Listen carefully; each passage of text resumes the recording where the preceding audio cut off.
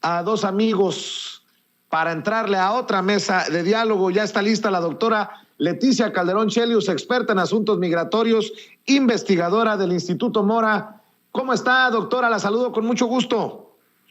Encantada, Vicente, pues aquí saludándolos y bueno, después de la Navidad y la Nochebuena y todo esto, preparándonos para el Año Nuevo. Así es, y también saludamos al estimado y admirado Jorge Gómez Naredo, coordinador del periódico Regeneración, colaborador de Polemón MX, analista político y miembro de esta familia sin censura. Jorge, ¿cómo te va? Hola, querido Vicente, estamos acá muy contentos de estar aquí contigo y con la doctora Leticia. Gracias. Oigan, pues a ver, hablemos de la derecha. De la derecha y sus objetivos, sus causas, sus narrativas, que son manejadas por personajes cada vez más chistosos.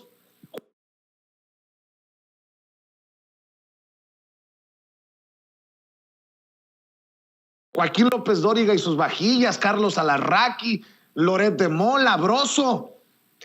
A ver, ¿cómo pinta la derecha en momentos en que pareciera que la derecha radical busca hacerse campito en la política latinoamericana? Ya lo hemos visto en otros países. No se nos olvide que Santiago Abascal, el líder de Vox, estuvo invitado por los panistas en el Senado. ¿Cómo pinta la cosa, doctora Leticia Calderón Chelius? Fíjate que yo creo que algo que es muy interesante, Vicente, es el hecho de que pues la misma derecha se avergüenza de la derecha. O sea, hay gente que es liderazgos importantes y que son visibles en términos del proyecto de la derecha que se anuncian como de izquierda. Parece ser que les da vergüenza decir que son de derecha. Entonces, digamos, ya empezamos ahí con una cuestión donde claramente ni siquiera es ya, digamos, prestigiado decir que se es de derecha. Hay algunos que dicen, bueno, soy de derecha en algunos temas, pero de izquierda en otros. Cuando se trata de cuestiones más económicas, soy ortodoxo en términos del neoliberalismo, pero abierto en lo social. A ver, no.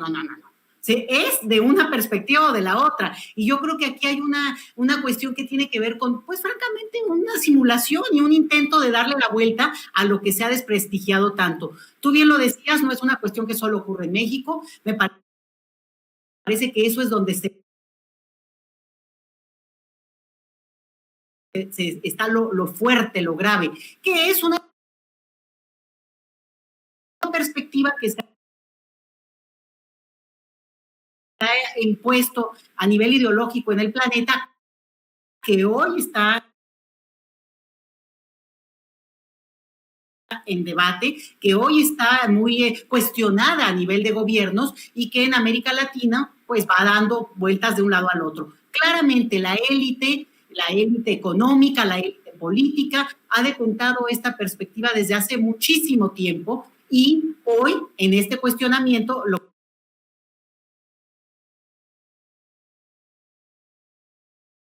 que hemos visto son los giros en términos electorales, pero eso no implica que sea un triunfo ideológico y que no por eso no haya no solo una preocupación, sino toda una fase, todo un grupo, grupo como mencionar, toda una perspectiva de vida que sigue apuntando a esta lógica donde las mayorías pues tendrían que estar ahí para sostener a las minorías y simplemente seguirlas abajo, ¿no? Caminando cuando aquellos van en sus carros que son llevados a lo mejor por algunos esclavos. Yo creo que estamos en un cambio bien interesante, Vicente, en términos ideológicos. En el caso de México, pues claramente esta disputa se abrió, siempre la ha habido, obviamente siempre la ha habido, pero hoy esa derecha, decía yo, se avergüenza de sí misma, pero al mismo tiempo pues trae un discurso en el cual intenta de buscar por dónde entrar y como no están dispuestos a cambiar esa perspectiva, pues no hayan que ofrecer, porque si van a ofrecer las mismas banderas que ya tuvieron durante tanto tiempo, que claramente dejaron a la inmensa mayoría fuera de su proyecto, pues lo que vemos es que ahora sí que no se hallan. Eso es lo que yo diría de entrada, pero algo muy importante, y es que en la medida en que se acercan procesos electorales, ahí es donde vemos que se decantan una serie de argumentos pues que no conectan, y que solamente las personas o los supuestos candidatos pues no son suficientes, Vicente. Y yo creo que ese es el principal punto en el que está hoy por hoy la derecha en el caso mexicano. Derecha que se avergüenza de la derecha. Oposición sin argumentos, querido Jorge Gómez Naredo. Sí, bueno, yo recuerdo cuando muchas de las experiencias en América Latina, y que fue como un miedo creciente que existió y que creo que todavía existe, y era que a gobiernos de izquierda, por alguna u otra razón, ¿no? Porque las derechas creaban condiciones apropiadas para eso, o por otras cosas, le seguían como gobiernos o reacciones de derechas muy radicales, ¿no? De derechas muy, digamos, muy extremas. Y en el caso mexicano, yo no veo, al menos en este momento, como una perspectiva así, o sea, un escenario así. Sí hubo como el intento con Frena, y con este personaje tan chistoso, pero como que no funcionó, no caló en la población. Está una especie de derecha que trate de hablarle mucho al pueblo y que trate de estar, no sé, contrastando con los gobiernos de izquierda. Y esa parte de esa derecha, pues simplemente me parece que no caló, es decir, no tuvo éxito en lo que intentaba, ¿no? Y tan es así que hicieron el ridículo en el Zócalo, los campamentos que estaban vacíos y eso. Y hay otra derecha que se viste, digamos, de progresista, que se viste de liberal, pero que al fin y al cabo termina siendo en este espectro de la derecha, que sí tiene ciertos intelectuales que siempre estuvieron muy cercanos al poder y ahora están alejados, ¿no? de la administración pública, pero también muy enojados, ¿no? El caso de Enrique Krause, de Héctor Aguilar Camín, y que tiene como ciertos personajes que han intentado pues golpear al gobierno de Andrés Manuel vistiéndose con un ala como liberal, ¿no?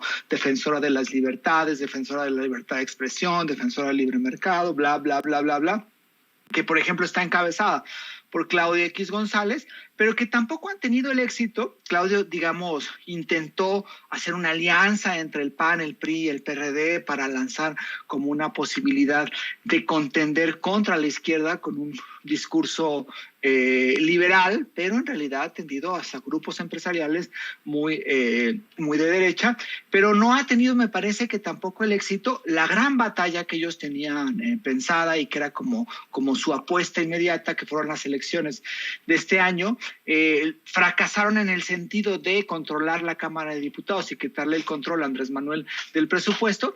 Entonces yo no veo que tengan como una buena perspectiva esta derecha.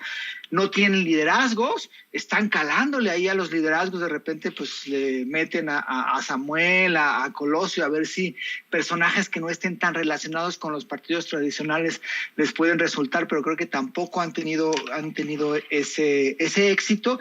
Y los voceros que están relacionados con esas derechas, los voceros, digamos, en medios de comunicación, pues van de ridículo en ridículo, ¿no? El caso más reciente es el de Joaquín López Dóriga, ¿no? Que en lugar de discutir cosas que están sucediendo en la agenda política, pues se dedica a criticar una vajilla o se dedica a criticar un arreglo floral en una sala de Palacio Nacional, ¿no? Y así, entonces me parece que está desestructurada esta derecha, que no tiene, me imagino, en una perspectiva inmediata, muy buenas posibilidades de ser contendiente electoralmente.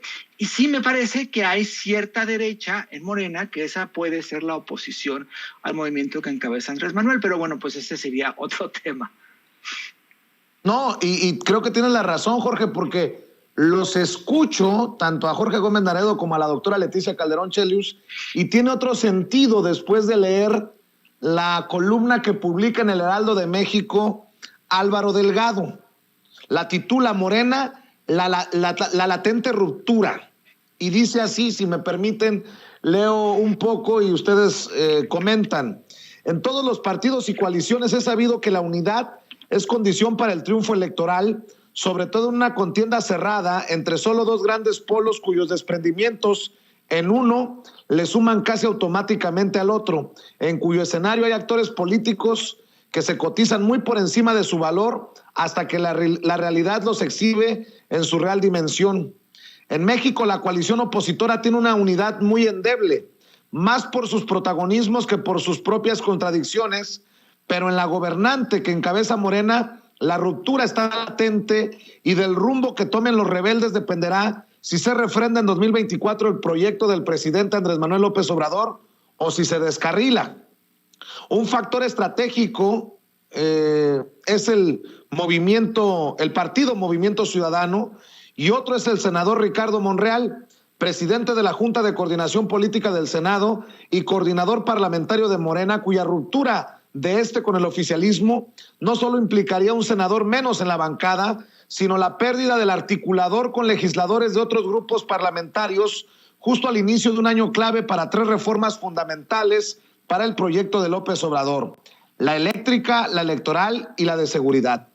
Con astucia, pero también con mucha autoestima, Monreal está encareciendo su salida de Morena por renuncia o por una anhelada expulsión, en la idea de que puede ser el factor que defina la contienda presidencial en 2024. La operación electoral contra candidatos de Morena en la elección federal de junio, a través, pero no solo de Fuerza por México, la exigencia de que sea mediante una elección abierta el método para definir al candidato presidencial de la coalición gobernante y el impulso para desaparecer los poderes en Veracruz por el encarcelamiento de Manuel del Río Virgen a capricho de Dante Delgado, jefe del partido Movimiento Ciudadano, van perfilando una ruptura que se da como un hecho en Morena y en el gobierno. ¿Cómo ven lo que escribe Álvaro Delgado? Querida doctora, empiezo contigo. Bueno, pues Álvaro tiene como una panorama muy interesante de la política mexicana y hace aquí esta radiografía de lo que él percibe como una ruptura interna de Morena, que ya hemos visto en un sentido de esta parte donde si no hay oposición, y yo ahí diría que hemos insistido mucho tiempo en esto de la polarización, que en realidad está mucho más concentrada al interior mismo de Morena o de este movimiento ampliado, que con una oposición de la que hablábamos, bueno, pues no acaba ni siquiera de dibujarse en términos de propuestas concretas. Pero bueno, y fíjate que aquí hay algo que a mí me parece bien interesante y es, digamos, más allá del artículo de Álvaro, y es, al final de cuentas, parece ser que están mostrando que tienen más la razón. Movimiento Ciudadano, que está logrando posicionarse como el que podría jalar, al final de cuentas, a un candidato desertor o ubicarse como esa alternativa político-electoral, que el intento de Claudio X González. Porque estos partidos que se unieron aún sin tener identidad compartida y que finalmente decidieron andar juntos, pues no lograron el éxito que querían en términos estrictos de lo que buscaban en las elecciones intermedias. Y en cambio, Movimiento Ciudadano que dijo, no, yo me deslindo, ahorita lo que está aprovechando es a río revuelto, vamos a ver cómo avanza, y ciertamente en el caso de este político de tanto colmillo, ¿no? Como es Monreal, pues es un personaje que puede ser fácilmente, digamos, no sé si fácilmente, pero por lo menos sí se vislumbra como un candidato bisagra que se puede mover a un lado o al otro sin demasiada problemática ideológica. Entonces, a mí me parece que estamos viendo también probablemente cómo se dibujan nuevos actores políticos formales en términos de partidos, en términos de cómo se fortalecen, y ahí podría haber una deserción interesante a quienes han apoyado hasta ahora un movimiento como el de Claudio X González, que finalmente busquen, ¿no? Literalmente, hueso, pues, ¿no? Y que entonces se empiecen a sumar a las filas de Movimiento Ciudadano. Iría yo más por esa línea que cuestionar el panorama que plantea Álvaro, porque también me parece un poco incipiente, porque al final no sabemos bien qué están jugando detrás estos políticos que finalmente saben muy bien que viene un proceso muy delicado en términos de reformas y de apoyo, y que presentarse en este momento como potenciales, digamos, opositores al interior, bueno, pues va a ser muy interesante cómo vendan su amor aventureros. Ahora, una cosa importante que hay que señalar, no es lo mismo tener capacidad en la operación política a tener respaldo ciudadano en las urnas. Digo, en el caso de Monreal. ¿Cómo ves, Jorge Gómez Naredo, esto que escribe Álvaro Delgado? Sí, indudablemente, digamos, hay tensiones al interior de Morena, es normal, ¿no? Es un partido que que tiene muy poco tiempo de existencia, que viene de un movimiento, que es el movimiento López Obradorista, que tiene más tiempo, pero que tiene poco tiempo, digamos, de que se creó, y ha logrado amasar un montón de puestos, ¿no? O sea, la presidencia, prácticamente todo el Congreso, y por supuesto que eso se logró en muchísimos casos, pues con cuestiones prácticas, ¿no? Es decir, pues conviene más esto para lograr tal objetivo. Me parece que Monreal, que hay que recordar que en el 2017 amagó con salirse de Morena y amagó con irse al PRI o a Movimiento Ciudadano, cuando no le dieron o cuando no ganó la candidatura de Morena a la Ciudad de México. Y hay que recordar que también hubo un tiempo en que muchos de los actores de Morena estaban bajo las siglas de Movimiento Ciudadano antes de que Morena existiera como partido político. Monreal fue coordinador de los diputados en ese momento de Movimiento Ciudadano y actuaba como tal con Morena, y hay una relación muy estrecha entre él y Dante Delgado, que ahora son compañeros en el Senado. Entonces, me parece que hay una cuestión. Creo que ha habido una intención de Ricardo Monreal desmedida de ser candidato a la presidencia, y ha habido una constante amenaza de su parte a Morena y incluso al propio presidente. El artículo que ayer publicó en el Universal, porque publican casi todos los medios de comunicación, ayer el que publicó en el Universal, el último párrafo es muy claro, ¿no? Es prácticamente que él significa pues la continuidad, ¿no?, del López Obradorismo, y que si no lo eligen pues prácticamente se acaba el movimiento. Me parece que esa constante amenaza ha calado y no ha gustado en muchísima de la población que simpatiza con Andrés Manuel y con Morena.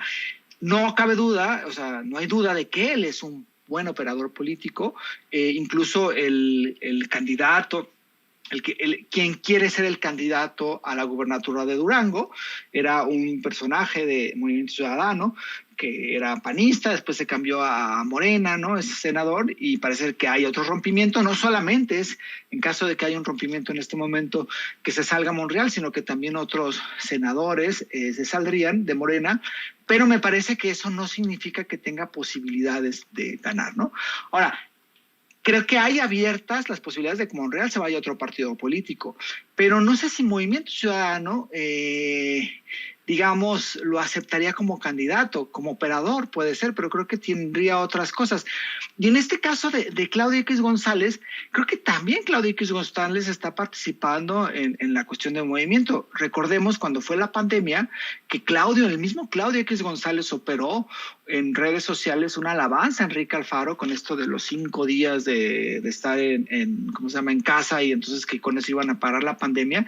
Entonces creo que Claudio González está operando en todos, ¿no? Hay una foto donde sale con Álvarez Maínez en un restaurante de la Condesa, exhibiéndose, pues, o sea, cuando sales a tomar un café con un político es para que te vean, para que te tomen fotos y para mandar un mensaje. Entonces creo que Claudio X González está operando en muchos, a ver cuál pega, ¿no? Porque al fin y al cabo el espectro de la oposición está muy reducido, ¿no? O es una alianza enorme entre PRI, PAN, PRD y Movimiento Ciudadano, o es una alianza nada más, o Movimiento Ciudadano se va y toda la alianza PAN, PRI, PRD se desfonda, o qué es, ¿no? Pero sí me parece que los boquetes que se pueden abrir en Morena son varios, y especialmente en este caso de Monreal, que me parece que se ha adelantado muchísimo. Déjenme cerrar preguntándoles su opinión. Yo no sé si la que me mandaron como una primera plana del Día de los Inocentes del Reforma es verdad, pero lo que sí es verdad es lo que responde Joaquín López Dóriga al presidente.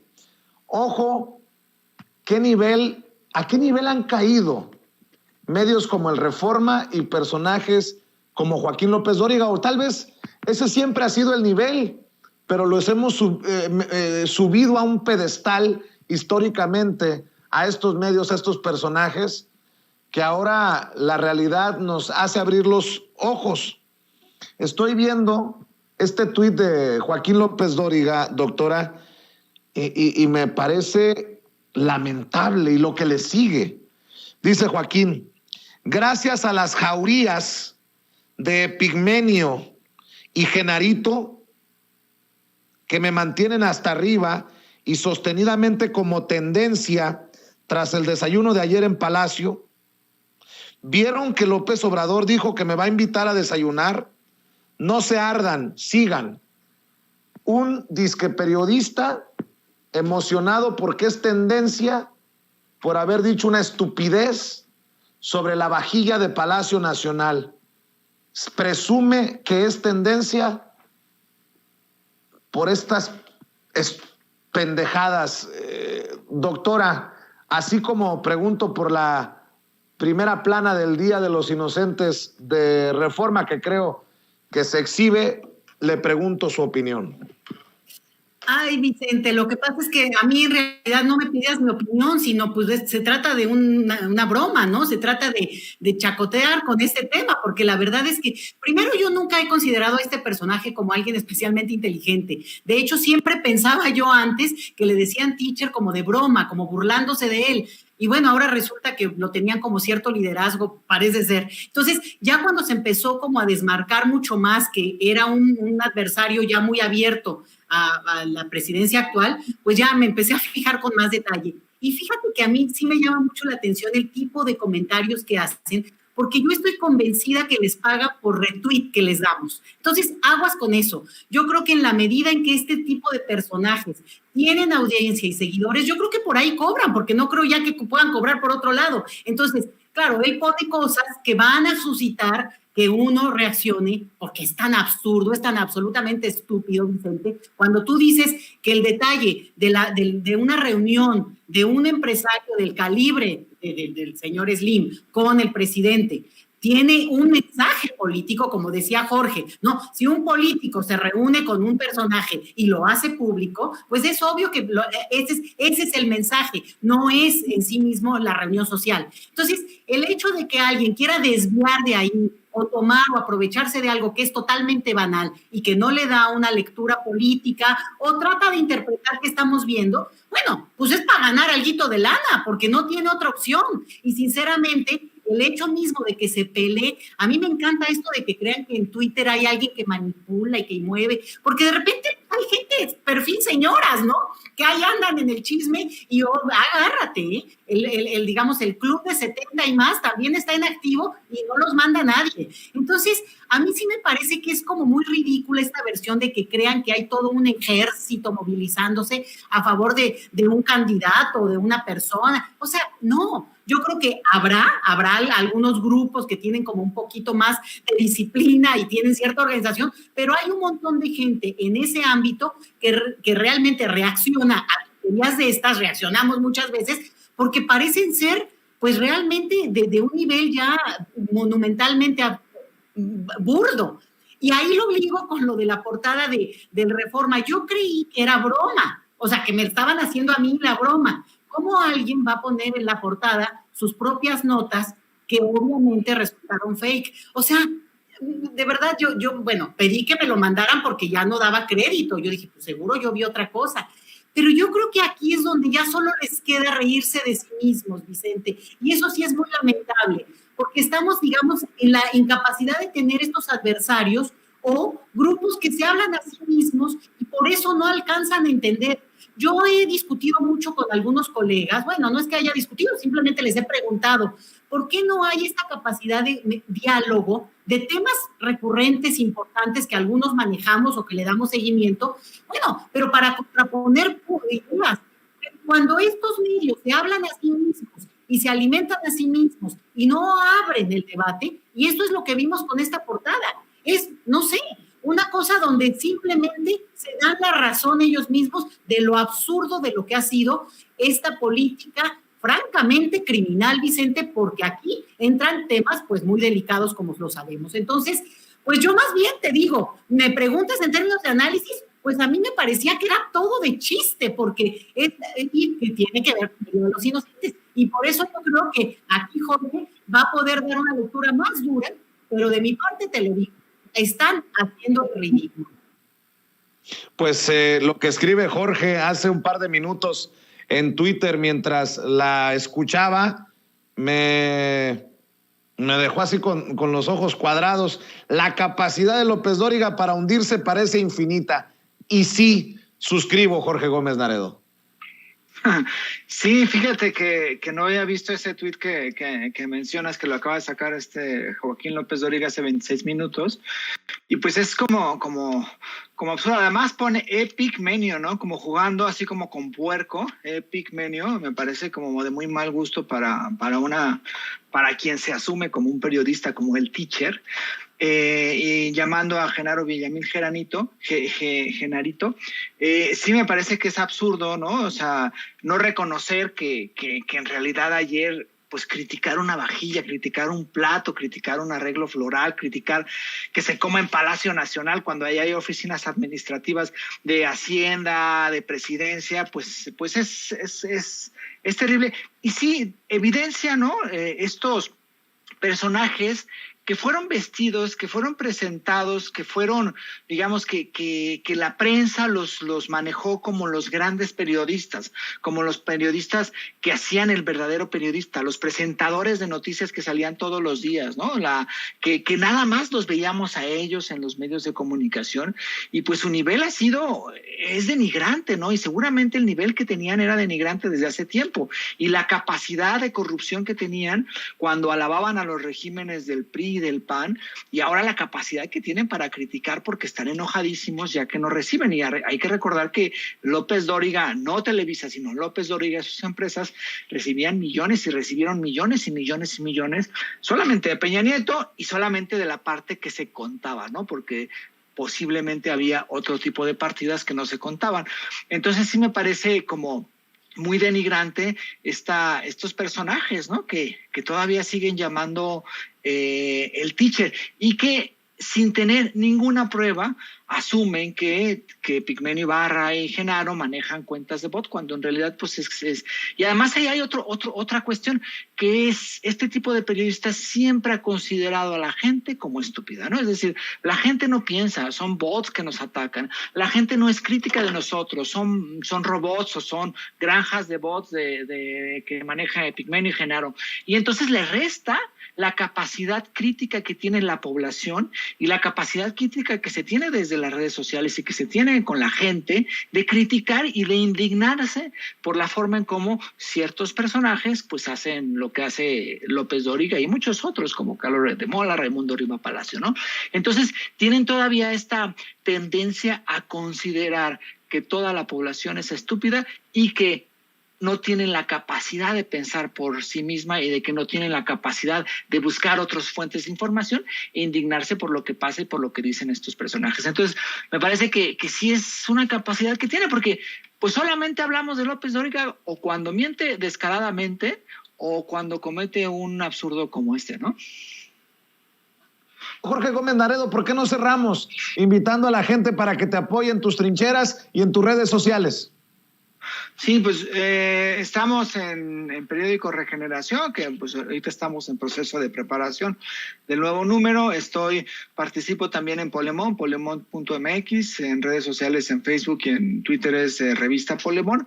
Y estoy pues como J. Naredo en Twitter y como Jorge Gómez Naredo en Facebook. Gracias, Jorge. Doctora Leticia Calderón Chelius, como siempre, es un placer saludarla. ¿Por qué no invitamos a la gente para que la siga?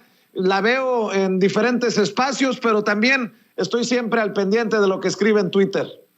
Gracias, Vicente, pero espérame, nada más déjame hacer un comentario porque estoy siguiendo aquí el chat en vivo y qué divertido, porque dicen, le aplicaron la del Día de los Inocentes a López Dóriga, pero bueno, se la creyó el pobre, pero bueno, mis redes son @LetiChelius, que es mi apellido, Vicente, y bueno, a sus órdenes en términos ya formales, como investigadora del Instituto Mora, y pueden ver ahí también lo que hacemos en el instituto, www.institutomora.edu.mx. Bien, pues le mando un abrazo, doctora, siempre agradecido con usted y con Jorge Gómez Naredo. Un abrazo para los dos. Hasta luego, un saludo, Jorge, también, y un abrazo, Vicente. Igualmente, abrazo. Cuídense. Abrazos. Estamos al pendiente, nos vemos la próxima semana o antes, si lo amerita la noticia. Déjeme ir a la pausa comercial porque se nos queman los frijoles. Hay regreso después de esto. Estás escuchando Sin Censura con Vicente Serrano. ¿Sabía usted que hay abogados que le explican sus opciones antes de que usted pague un centavo? Visite las oficinas de Asociados de México, donde bajo la asesoría de la abogada Lourdes Monteagudo se evaluarán sus inquietudes y se determinará de la manera más rápida y económica de resolver sus asuntos migratorios, divorcios, todo tipo de accidentes, tráfico y otras inquietudes que le quitan el sueño. En español, en familia y completamente gratis. Llame para una cita al 773-847-6465 o visítelos en el 1837 al oeste de la Cermak Road en Chicago. Mamá, muchas gracias por el carro que tú y papá me ayudaron a comprar. Ya mero la